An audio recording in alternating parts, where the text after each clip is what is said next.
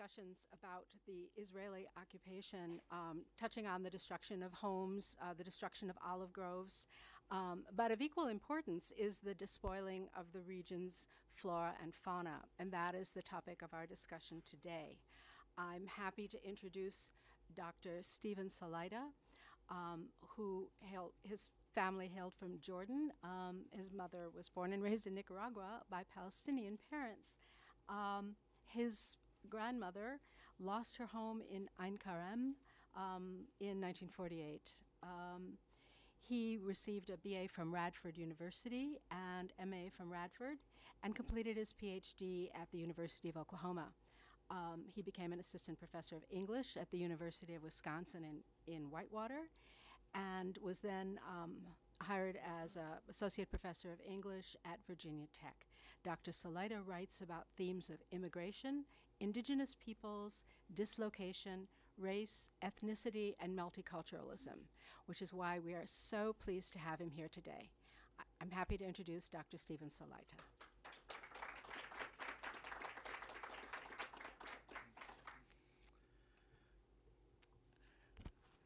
Can everybody hear me okay?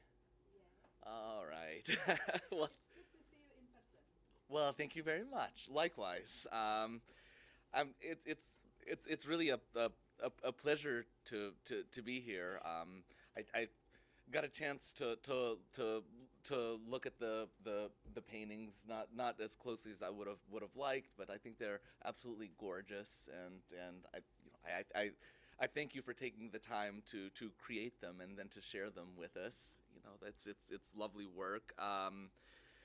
And I'm honored also to be here at the Jerusalem Fund. I want to thank Dagmar Painter particularly for all her work in helping put the event together. I don't generally use technology in my presentations, and it's not because of any sort of principle. I'm just incompetent at technology. I think the backdrop of the watercolors is sort of the not really the supplemental material, but really kind of the central material that I and we are working with here. So I prepared some comments in thinking about what it means to have a notion of Palestinian natural history in a time of colonization and conflict. The geography is dry and withered, humid and verdant, rugged and restful, a cacophony, but also an ensemble. It is a panorama of glorious, incessant contradiction. But not everybody can see it. For many, it is a simulation of ideology, a diversion into mythic cultural adventure, and insatiable geopolitical headache, an inaccessible aspiration, or an unsolved mystery. For the crooked and pious alike, it is always in some way holy. It will never be decolonized unless it is first demythologized. Despite its continuous reinvention, we can still speak of Palestine as an actual place with geologic formations and a climate classification and an observable ecosystem. Those phenomena undergo actual change. Humans physically experience their alteration. Flora live and die by them. All these factors cause fauna to migrate and immigrate to unnatural places. The cultural history of Palestine's landscape is also observable. I've heard many Palestinians note the visual similarities between their homeland and Los Angeles. Those similarities aren't an accident. Palm trees are ubiquitous to LA, but none of them is indigenous to the city's territory. They are an import from Mexico and North Africa to coastal Southern California. Early settlers wanted to brand the region. That certainly explains a lot about the modern city, doesn't it? Conceptualizing dry, temperate Los Angeles as a tropical paradise proved far-fetched, so they concocted a Mediterranean theme. Many settlers were Spaniards with a religious mandate, so a Holy Land symbology emerged. This entailed palm trees, which inform important biblical events, including the story of Jesus' birth. The trees also create a visual orientation in scriptural themes. Images of Palestine, real and imagined, have also influenced literature, music, painting, fashion, architecture, and landscaping. Such images have likewise inspired conquest and colonization. This is all to say that Palestine's natural history is also profoundly artificial. I found myself trying to work through these complexities when preparing my comments. I failed. I have no ability to describe Palestine without yet again performing a reinvention. It's what makes the landscape so magical. I'm convinced it has something to do with the difficulties of its political existence. On second thought, perhaps it has everything to do with them. We can understand the entirety of the Israel-Palestine conflict by examining its physical effect on the land. The availability of land for human habitation illuminates the hardships of Israeli colonization. Human habitation partners with military occupation to destroy the environment. Where do Palestinians live? Maps show us the incongruous geographies of areas A, B, and C, but only life on the ground properly conveys Palestine's fragmentation. We needn't contemplate where Palestinians live then. It's better to ask, where can they live? The legal restrictions on their habitation are well known, but the spatial limitations of their existence are more conspicuous. Israeli settlement consumes land and thus restricts space. It requires highways and walls and military installations. The West Bank is a bit smaller than Delaware. The portions of it under nominal Palestinian control could fit inside Jacksonville's city limits. Though it doesn't physically disappear, Palestine is forever shrinking. Even where Palestinians reside, their inhabitants is never secure. Israel demolishes homes, seizes farmland, rezones cities, clean cuts forests, flattens hilltops, and erects concrete monstrosities within and around villages. The Palestinian does not populate inorganic structures, but a luminous, living history. No bulldozer can destroy memory.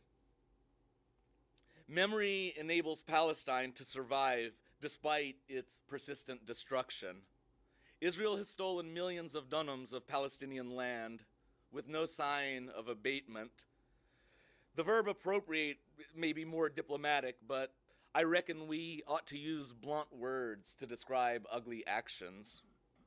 In 2014, the Netanyahu government claimed over 1,000 acres of the West Bank for settlement expansion. The number of Jewish settlers creeps toward 500,000. Israel siphons water and returns it to Palestinians in the form of sewage. It builds with no regard for the influence of human activity on the land. Inside Israel, Palestinians are similarly restricted. Israel contorts geography for the sake of demographic expediency, preventing the re-establishment of depopulated villages and locating new developments in places that will ensure Jewish expansion while retarding the growth of Muslims and Christians. Nazareth Illit is one example. Built on the hills overlooking the ancient Palestinian city, the most famous is the home of Mary and Joseph. Nazareth Illit, New Nazareth, exemplifies Israel's desire for ethnocentric jurisdiction. The New Nazareth seeks to recreate the city by mythologizing disappearance as an ancient reclamation project.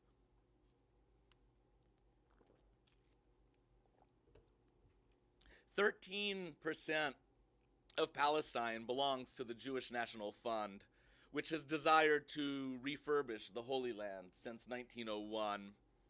The JNF facilitates development, plants trees, sponsors public works, and manages parkland.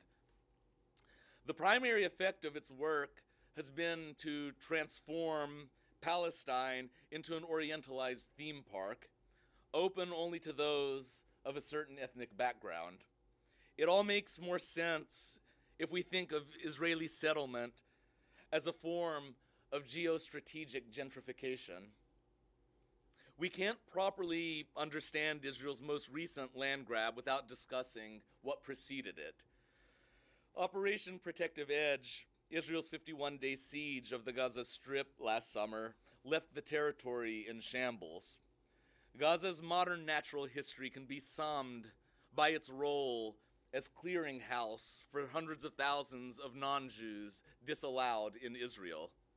Shortly after wrecking the Gaza Strip, leaving its population to suffer the fallout of structural and economic collapse, Israel announced its new settlement plans on the West Bank. Israel has performed this strategy often enough for it to have become predictable. Bomb Gaza, steal the West Bank. There's a horrifying logic to its colonial violence. Still, Palestine endures. Its indigenes recall the landscape that sustained our ancestors and gave rise to our existence, in many cases a continent away. Palestine endures in the way we select olives from the grocery store, plant fig and citrus trees in our backyards, decry the mischaracterization of our cuisine, display pictures of Jerusalem, affix images of Handala to protest signs, and revive our forebears in the naming of children. There's a certain way to show that Israelis are fundamentally outsiders to the land, but unfortunately it doesn't much resonate in the United States, in no small part because Americans are fundamentally outsiders to the land they occupy as well. I speak of olive trees, which exemplify the phrase labor of love. The trees take years to bear fruit. Once they do, though, they can provide for centuries. The curved, cragged trees, blending into the tawny environs of surrounding earth, are ubiquitous throughout the West Bank and the Galilee, often arranged in captivating symmetry. Nearly every Palestinian I know owns some type of olive wood icon. Since 1967, Israel has bulldozed over 800,000 of them. Settlers routinely destroy orchards, having uprooted over 11,000 olive trees last year alone. Government officials cite practical reasons for the destruction, all of them involving the apocryphal word security. Much of the time, however, they're simply being punitive. A Palestinian would never destroy a healthy olive tree. This reality clarifies the so-called complexities of the Israel-Palestine conflict. Who is indigenous, Jews or Palestinians? A Palestinian would never destroy a healthy olive tree. Who is the aggressor? A Palestinian would never destroy a healthy olive tree. Who has a deep history on the land? A Palestinian would never destroy a healthy olive tree. Who wrecks the environment with irresponsible human settlement? A Palestinian would never destroy a healthy olive tree. Even if it's incomprehensible to capitalists, politicians, and much of the American public, it's the correct answer to any inquiry about instigations of violence. A Palestinian would never destroy a healthy olive tree.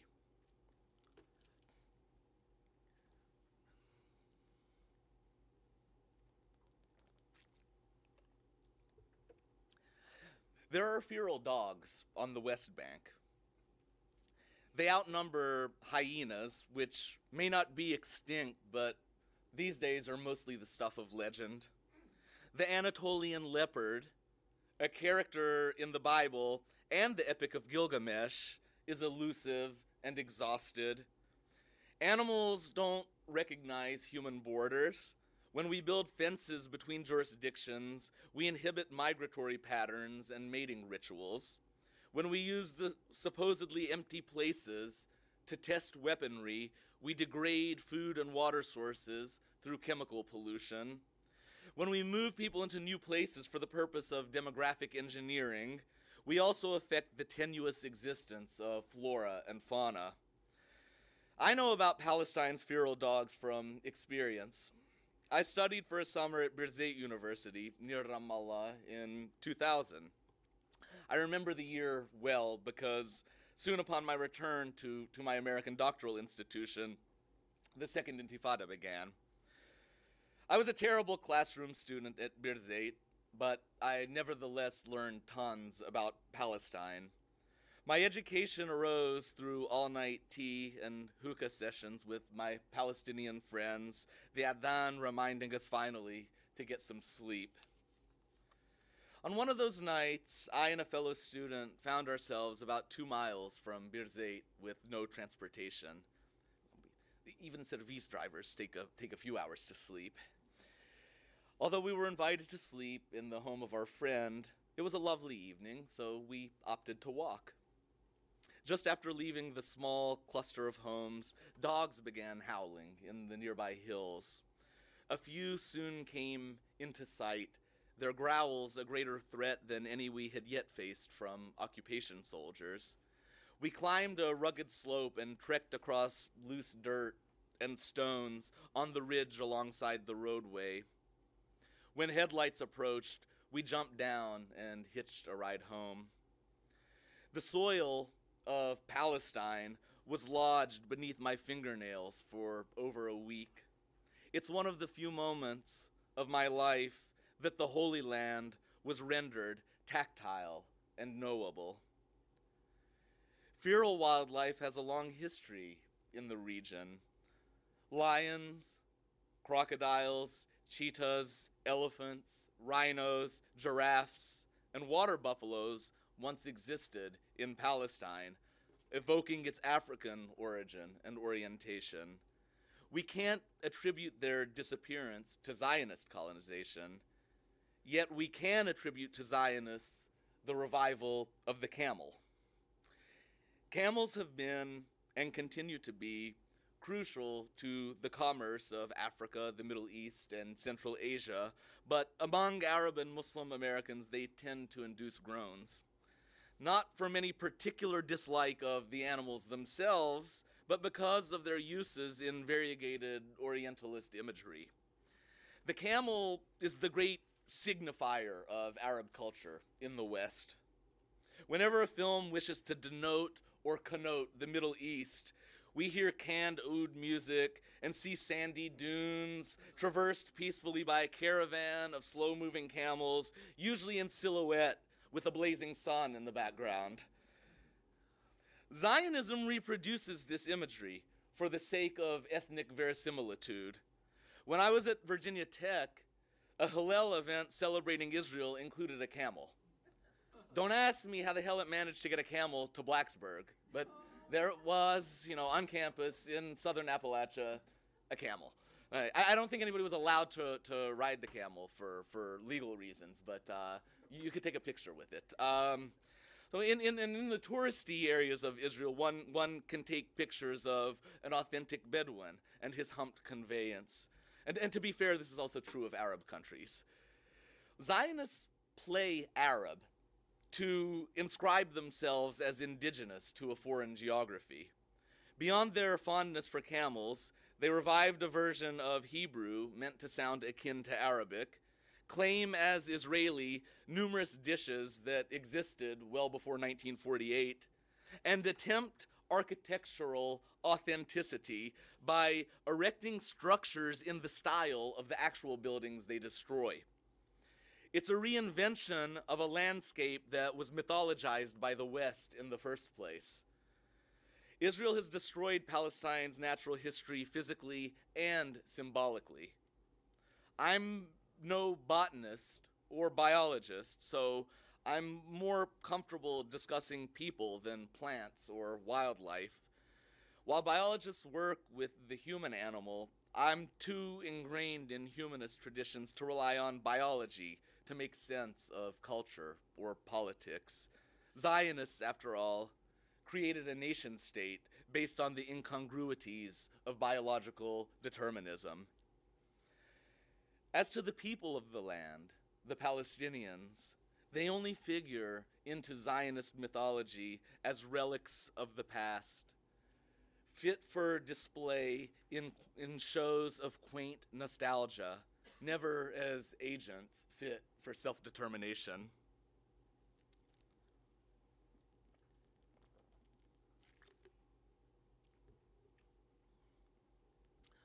My father-in-law was born in Beit Jala, adjacent to Bethlehem, and spent his first 20 years there before immigrating to the United States as a student. Nobody would rightly call him a quiet man. He is boisterous and gregarious, a wonderful person who sometimes relishes playing the role of trickster. Yet, despite his conviviality, he doesn't speak often of his days in Palestine. I take credit for his emergence as a storyteller. My wife once wondered, how do you get him to talk so openly about his childhood? It's simple, I replied. I ask him about it. I'm damn glad I asked, too. His anecdotes are terrific. Even in the hands of a lesser storyteller, his tales would be interesting simply because of their content. I love listening to him reflect on life in a West Bank devoid of Jewish settlement. Once enough stories are accumulated, it becomes clear that my father-in-law adores and embodies the natural history of Palestine. His narrative is filled with flora and fauna, olives, figs, pistachios, pomegranates, birds, gazelles and reptiles, streams, wells, and aquifers. Za'atar once grew wild all over the hills surrounding Beit Jala. Children hunted birds with old British shotguns. They could explore the surrounding environment for miles. Such activities exist no longer. Israel controls nearly all of the harvest. Palestinian children with shotguns, or with stones, or with even nothing at all, are targets of occupation soldiers. And there's no area of the West Bank wild enough for children to explore unfettered. Sooner or later, they will run into a checkpoint or a settlement. The same problems affect the Gaza Strip on a broader but more microcosmic scale. It is likewise true of the Palestinian citizens of Israel and those who inhabit refugee camps throughout the region. The Palestinian landscape is dominated by the structures of division. Yet animals remain. Olive trees still age into centuries. The Palestinian people are even more attached to their ancestral land. Perhaps this is the natural history of Palestine. The unbelievable endurance of its flora and fauna despite so many threats of eradication, and the persistence of its indigenes despite the captivity of occupied space. I am happy in our remaining 25, 30 minutes to take comments, questions, remarks. I didn't want to spend 60 minutes on prepared comments, so I thought it would be nice to leave time for conversation insofar as anybody has a question or a comment to raise. Oh, thank you.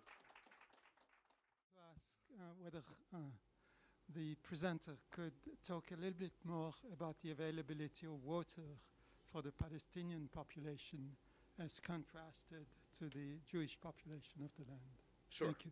Of course, yeah. Thank you for visiting, and thank you for your question. the the Jewish settlers on the West Bank are, they're creeping up in percentage, but they're roughly, I guess, but roughly around 15 or 16% of the West Bank's population, and they receive over 90% of the West Bank's water. So you have over 2 million Palestinians who receive less than 10% of the water that they essentially live above. So the West Bank, if you don't know, is and I reckon probably everybody in here knows this, is filled with wells and aquifers, and that's provided the land for crops and it's provided potable water, to the West Bank and inhabitants, forever. You hear it mentioned in the Bible. You hear it discussed in old Roman sources. So these were or have been very fruitful aquifers, but they're quickly being drained, and they're not being adequately replenished because the entire ecosystem has been damaged by human and military activity. Also, by the time the River Jordan wends its way down to Palestine and Jordan, it's more or less a stream a tiny stream of sewage. Right? I don't know if anybody has been down to the baptism site, but it's not a place that I would dunk my kid into, even for the purpose of finding God. It looks like a place that you would emerge from with a higher chance of contracting some sort of disease. It's done by then. And so the offshoots of the River Jordan get drained. It begins in Lebanon and Syria, and then Israel ends up taking the lion's share from Jordan and from the Palestinians. A lot of people speculate that water will constitute the breaking point of the conflict, or will end up creating even more significant conflict, not only in Israel and Palestine, but throughout the entire region. Whatever you make of it from a geopolitical point of view, we know that from an environmental point of view, it's already a serious problem, right? And I think even if the water were distributed equally between Arabs and Jews, the high usage of water and the damages to the ecosystem would constitute a problem anyhow. But the fact that what water does exist has such an unequal distribution is certainly one of the engines driving the conflict. And we should think about it in the framework of longer or more traditional, more historical forms of colonization, that the appropriation and overusage, squandering, or commodification of natural resources has been a central feature of colonial settlement wherever around the world that it has occurred. So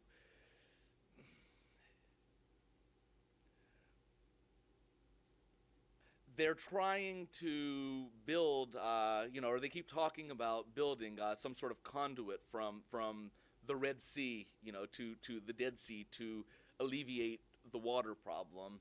I'm deeply skeptical about its ability to even happen, or even to do any good, if it ever does happen.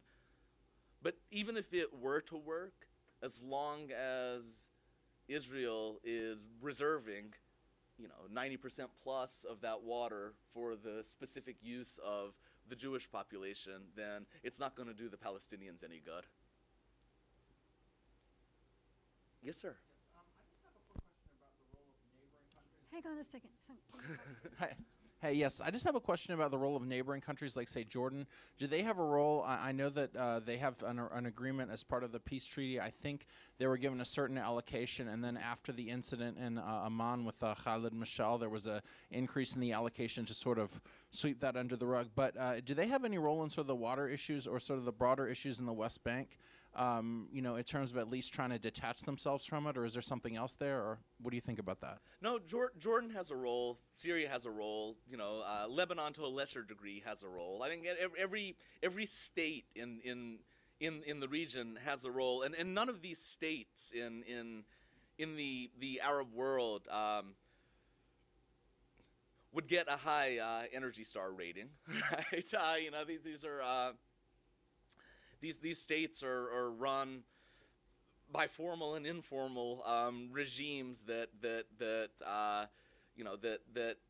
haven't, in my opinion, done a very good job of protecting the environment and using distributing its resources, natural resources, wisely. And I think therein lies the problem. It's hard for us to fully make sense of the destruction of the environment in Palestine and surrounding countries if we don't put that or think about that destruction in the context of dictatorial governments, crony capitalism, profound political corruption. All of these things have an extraordinary effect on flora and fauna. It also all has an extraordinary effect on the ability of large swaths of the population of the Levant or of the Near East. I'm trying to think of a non-colonial alternative term, but all of them that come to my mind, Shams, right? To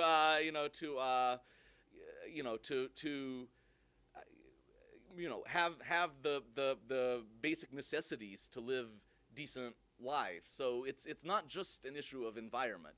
It's an issue of capitalism. It's an issue of political corruption. It's an issue of state violence. All of these things play a role. In Israel, it's very easy, I think, for anybody to see how it functions. But the same problems exist on a different scale and in different ways, of course, in Jordan and Syria and Turkey and Iraq and other places as well. And these are problems of the political and economic elite having inordinate access to whatever resources are available and that should be available to the entire population, but unfortunately aren't.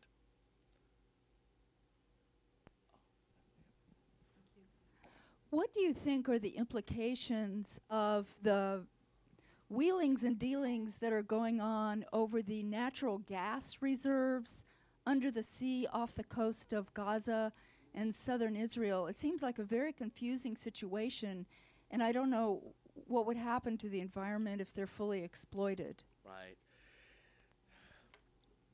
I'm not as well versed on that as I would like. I've cursorily read things about it, so I'm going to give you nothing but probably skeptical speculation that may or may not be accurate. But when you're thinking about natural resources and geopolitics, unfortunately, skepticism is almost always rewarded by being correct. But I would be, first of all, I think it probably depends on what happens with the exploitation of natural gas through invasive pipelines and fracking in North America. So that's going to affect the availability of natural gas in the marketplace. So if the Keystone pipeline remains shut down, I'm skeptical that that's going to happen. Or if somehow fracking gets made illegal, I'm really skeptical that that's going to happen, right? And corporations need to turn to cheaper sources of natural gas. Then I imagine that they will push through any possible impediment and exploit those resources on the Eastern Mediterranean. I would likewise be utterly shocked in the event that these natural gas reserves are made available for corporate exploitation and profit, that Hamas will be allowed to have anything to do with it, right? I just cannot imagine a scenario under which Israel's government, the U.S. government, whomever else stands to profit, from the appropriation of this natural gas, would allow the government of Gaza, even if it's not Hamas, right, to benefit, and certainly not the people of Gaza. So, insofar as this kind of development occurs, I really don't imagine or can't imagine any scenario other than it being yet another form of Israeli colonization. Sure.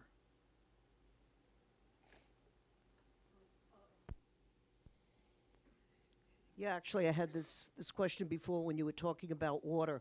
I had become aware of the horrible water situation when we were in Israel just before the Second Intifada. And we were visiting relatives who had their sprinkler system going, and they were complaining about the fact that they didn't have enough water because they had to give some of their water to the Palestinians and the Jordanians, I guess. And through that whole trip, I kept hearing about how we have to give some of our water to the Palestinians. And I knew enough at that point to know that it was on Palestinian land, and that's what got me interested in the whole Israel-Palestine thing. But anyway, I recently read, and I'm really bad at remembering right now because I'm on so much medication, but it was some kind of Israeli land trust that was kicked out of some block of pro-Israeli groups because they weren't, they were too progressive. Do you know what I'm talking about? Unfortunately, I don't know. I don't know if anybody else might. Does anybody know what I'm talking about? It was just something I read very briefly, and it was, I think it had something to do with growing trees, and the AIPAC felt that it was too pro-Palestinian, and they were kicked out of some national group. Well, I don't know about that particular case in particular, but I do know that I have a comment, a question, and a request. Sure. The comment is you've got a terrific voice, and I suspect you're a great storyteller. The question is, I know you're not a botanist, but could you comment on bird life? Are there ravens? Are there hawks? Are there hoopoes like you have in Egypt? Are there sparrows? And then the request is, could you tell a Palestinian joke? Oh my goodness. Oh wow. This is tough. Well, thank you for the compliment. What immediately came to mind is it depends on what you mean by storyteller. My wife would probably say I'm a fantastic or a terrible, depending on the situation, storyteller, as in not being as forthright as I should be. But I don't know. I think in order to be a good storyteller, you have to have seen or experienced interesting things. So I feel extraordinarily lucky that I've been able to go around the world and see and experience what I consider to be interesting things. I don't know much about bird life, and I really wish that my father-in-law were here right now, because I would as timid as he might be, I would drag him up here and ask him to talk about bird life, because it's a subject that he's deeply knowledgeable and deeply passionate about. But I don't know if somebody knows about this particular fauna. Please chime in. It's a good question, but no, I really don't know much about the migratory patterns or the species that exist. Oh yeah, go ahead. Was it in response to that or? Okay.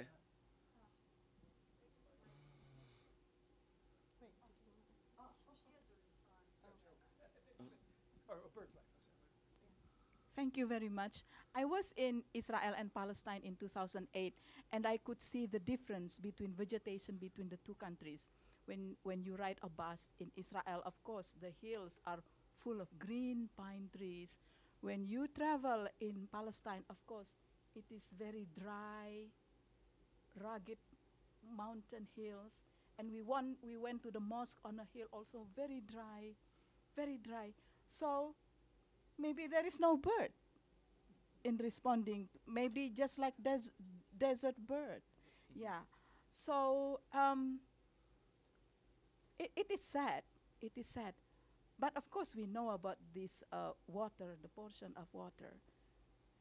It's just that I don't know how actually the people survive there, if you know. And the ration of the water, whether it is altogether organized by the Israeli government, doesn't the Palestinian Authority have any say in it? And how about the international community also, that you know about this water? Well, the Palestinian Authority technically has a say in it, but really the Palestinian Authority is by necessity and according to many by choice subservient really to Israeli power. So, you know, to the extent that the Palestinian Authority has a say in how water and other resources can be managed, it's largely powerless to implement any arrangements or to negotiate in a way that doesn't leave it and the Palestinian population at a severe disadvantage. That's just a reality of the disparity of power, you know, between the two parties. It reminds me actually of the observation about the sprinklers. And you know, when people visit the West Bank, they often note that they see the swimming pools in the settlements, while, you know, in the Palestinian villages, you know, people, you know, are reduced to taking showers 2 or 3 times a week. They have to conserve their water. You know, they have difficulty, getting their gardens to grow adequately. You know, because their tanks get filled up, and then when they don't get filled up, but you know, water gets put into their tanks, and if the water goes away, then they're quite simply out of luck. And that to me, in terms of its fundamental imagery, just the imagery of sprinklers just exemplifies what's wrong with Israeli colonization, right? Sprinklers, I mean, that's such an American thing, isn't it? To want to maintain your lawn in this particular way is just such an American idea and an American value and an American aesthetic that has absolutely no place in Palestine, not only because of its destructiveness to the environment, but also because of how incongruous it is to the cultures and lifestyles of the region. It's actually incongruous to the cultures and lifestyles of indigenous North America. I mean, it drives me crazy when I'm in the southwestern California and people just washing their cars and having lush green lawns. Like, you're in Tucson, you do not need grass. You know what I mean? Plant a damn cactus, you know, and you know, or sort of maintain a lifestyle that's in some sort of harmony with the landscape. You don't need to grow trees that aren't native to the region and that suck up too much water, right? In places where they don't grow. You know, get a gardening manual and try to create sort of an environment that pleases you, that also isn't destructive to the habitat for the sake of maintaining a kind of conformity to some inane version of civilized life. And to see that happening on the West Bank can be, I think especially for Americans, it can be particularly jarring, right? You know, you always have those kind of weird moments of vertigo almost. Like, am I in Orange County? Oh God, no, I'm in Palestine, you know, but then you have to take it the next step. Well, even if I were in Orange County. What the hell was the point of the sprinkler, right? You know, it's maintaining a particular imagery that's deeply in conflict with any sustainable form of living. I don't have any jokes. I don't have any. I guess the only joke I tweeted this joke out a while ago, and it came to. It's not really a Palestinian joke. It's a joke I made up, and it's probably not a good joke. But why did Netanyahu cross the road? Because he was completely unwelcome on the other side. There you go. There's my joke. Okay. Yeah.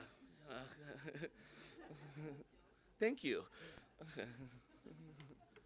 Oh, yes, please, go ahead. Thank you so much for your stories. You are a wonderful storyteller. Well, thank you. Can you talk a bit about the strongest parallels between the experience of Native Americans with being evicted from their land and how that relates to Palestinian experiences? Well, I'll certainly try, and thank you. I think you're a wonderful artist. So, you know, we share a mutual admiration.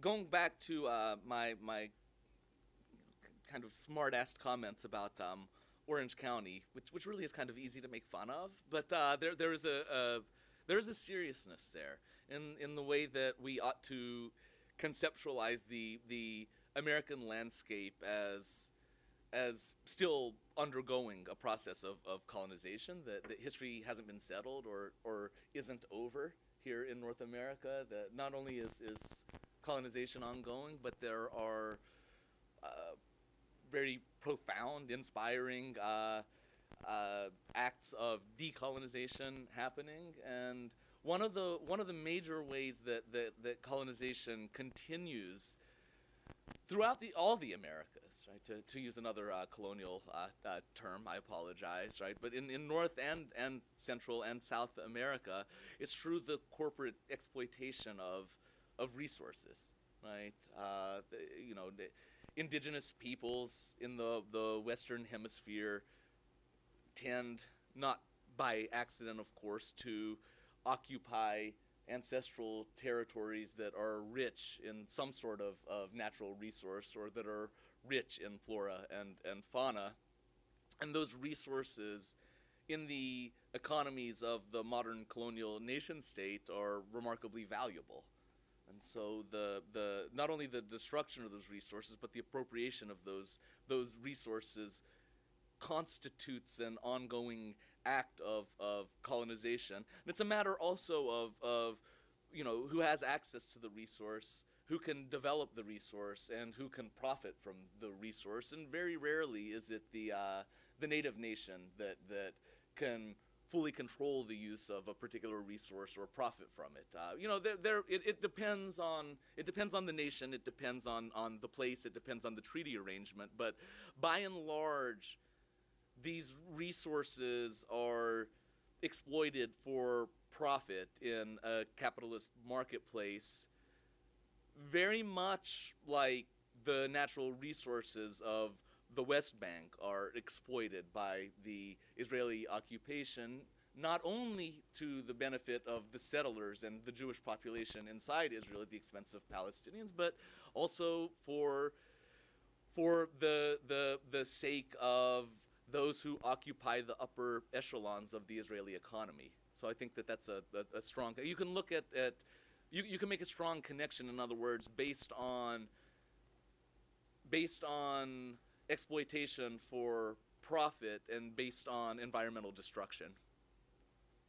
One more question. Thank you very much for your talk, and I really appreciated the way you encapsulated the situation with the statement, "No Palestinian would destroy a living olive tree." I had two quick questions, hopefully. One, I wondered if you could talk about, and I know this is a big subject, but any particular features of the situation with regard to historic Palestine that would have to do with global warming in general, aside from the specific political features of the colonial occupation.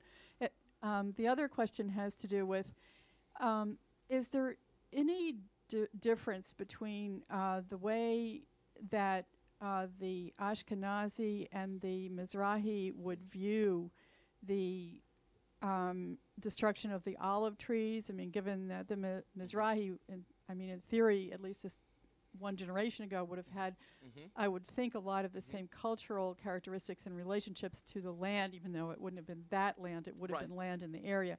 Thank you. Sure. I don't feel knowledgeable enough to adequately address your first question, which is a very good question.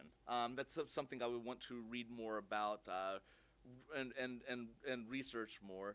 I feel quite confident that these broader matters of climate change and global warming are affecting Palestine's environment, perhaps in serious ways, but I cannot name those ways, right? That's something that I would want to look more into.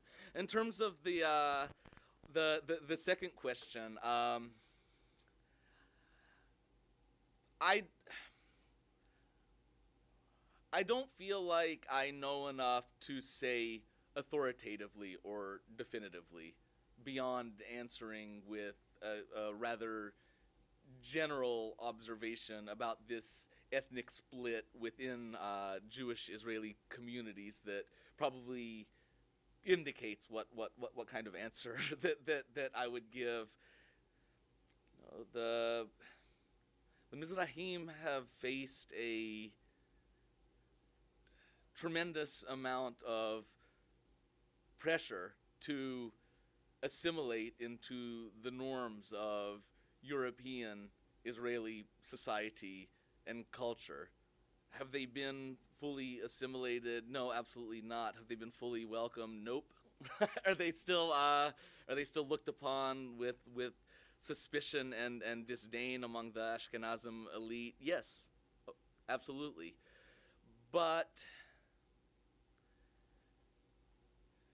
there is no appreciable sense of solidarity with Palestinians on the basis of a shared Arab or Middle Eastern background. Not to say that there's no sense of affinity or solidarity, appreciable in the sense of,